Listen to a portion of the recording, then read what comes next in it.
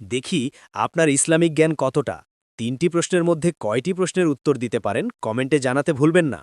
প্রশ্ন ১। পবিত্র কোরআনের কোন সূরাকে কোরআনের অলংকার বলা হয়? সূরা ইয়াসিন, সূরা আর রহমান, সূরা আল ওয়াকিয়া। সঠিক উত্তরটা জানার আগে ভিডিওতে একটি লাইক দিন। সঠিক উত্তরটি হবে অপশন বি, সূরা আর রহমান। প্রশ্ন ২। ইসলামের ইতিহাসে প্রথম কোন সাহাবী মক্কায় উচ্চস্বরে কোরআন তেলাওয়াত করেছিলেন? হজরত আবদুল্লাহ ইবনে মাসুদ রাদিয়াল্লাহু, হজরত আবু বকর রাদিয়াল্লাহু, হজরত ওমর রাদিয়াল্লাহু।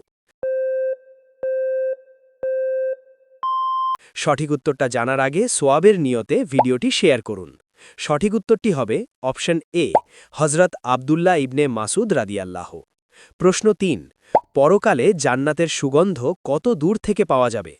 ৪০ বছরের দূরত্ব থেকে, ১০০ বছরের দূরত্ব থেকে, ৫০০ বছরের দূরত্ব থেকে। সঠিক উত্তরটা জানার আগে সুবহান আল্লাহ কমেন্ট করুন। সঠিক উত্তরটি হবে অপশন এ, ৪০ বছরের দূরত্ব থেকে। এমন আরও ইসলামিক ভিডিও পেতে আমাদের ফলো এবং সাবস্ক্রাইব করে রাখুন।